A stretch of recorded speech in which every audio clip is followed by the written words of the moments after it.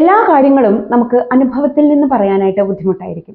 പക്ഷെ ചില കാര്യങ്ങൾ അനുഭവിച്ചറിഞ്ഞത് പറയുമ്പോഴാണ് കൃത്യമായിട്ട് മറ്റുള്ളവരിലേക്ക് എത്തുക. അങ്ങനെ ഒരു കാര്യമാണ് ഇന്ന് സംസാരിക്കാൻ പോകുന്നത്. UPSC എക്സാമിനേഷനെ കുറിച്ച്. നിങ്ങൾക്കറിയാം, യൂണിയൻ പബ്ലിക് സർവീസ് കമ്മീഷൻ നടത്തുന്ന എക്സാമിനെ കുറിച്ചാണ് ഞാൻ പറയുന്നത്. ഒരു വർഷം നീണ്ടു നിൽക്കുന്ന ഒരു എക്സാമിനേഷൻ ആണത്. കാരണം പ്രിലിംസ്, മെയിൻസ്, ഇന്റർവ്യൂ എന്നൊക്കെ പറഞ്ഞത്. ഞാനും ഒരു UPSC ആസ്പിറന്റ് ആയിരുന്നു. ബട്ട് അൺഫോർച്ചുനേറ്റ്ലി എനിക്കത് ക്രാക്ക് ചെയ്ത് അതിന്റെ ടോപ്പിൽ എത്താനായിട്ട് സാധിച്ചില്ല. പക്ഷേ അതിന്റെ വഴികളെ കുറിച്ച് കൃത്യമായിട്ട് കമ്മ്യൂണിക്കേറ്റ് ചെയ്യാനായിട്ട് എനിക്ക് സാധിക്കും. കാരണം ഈ ഒരു എക്സാമിന്റെ പ്രിപ്പറേഷന് വേണ്ടിയിട്ട് നമ്മൾ ഇരിക്കുമ്പോൾ നമുക്ക് ഒരുപാട് മെന്റൽ സ്ട്രെസ് ഉണ്ടാവും. നമ്മൾ ഇടയ്ക്കൊക്കെ നമ്മുടെ കോൺഫിഡൻസ് നഷ്ടപ്പെടുന്നത് പോലെ തോന്നും. നമുക്ക് കിട്ടുന്ന സപ്പോർട്ട് പോരാ എന്ന് തോന്നും. പോരാത്തതിന് നമുക്കൊപ്പമുള്ളവര്, നമ്മുടെ പാരന്റ്സ് ഒക്കെ, അവർക്ക് ഭയങ്കര ആശങ്കയായിരിക്കും. ഇത്രയും ടൈം ഇൻവെസ്റ്റ് ചെയ്തിട്ട് ഇങ്ങനെ ഒരു എക്സാം ക്രാക്ക് ചെയ്യാൻ പറ്റിയില്ലെങ്കിൽ എന്താകും, ഇത് വേണോ എന്നൊക്കെ അവർ നമ്മളോട് ചില സമയത്തെങ്കിലും ചോദിച്ചേക്കാം.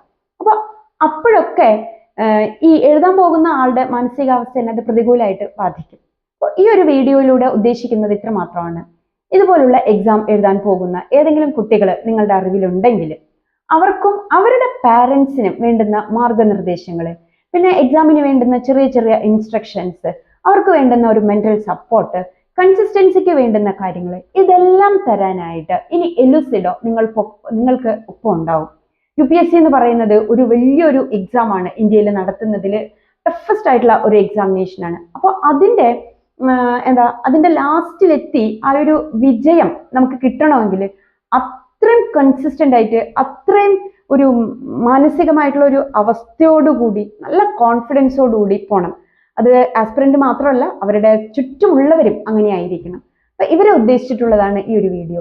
ഇങ്ങനെ ആരെങ്കിലൊക്കെ നിങ്ങൾക്ക് അറിയുമെങ്കിൽ എന്തെങ്കിലും തരത്തിലുള്ള മാർഗനിർദ്ദേശങ്ങൾ നിങ്ങൾക്ക് വേണം, അല്ലെങ്കിൽ എന്തെങ്കിലും സപ്പോർട്ട് വേണം, അങ്ങനെയൊക്കെ ഉണ്ടെങ്കിൽ നമ്മളുമായിട്ട് കോൺടാക്ട് ചെയ്യാനായിട്ട് ശ്രമിക്കാം. Let light Shine out of darkness.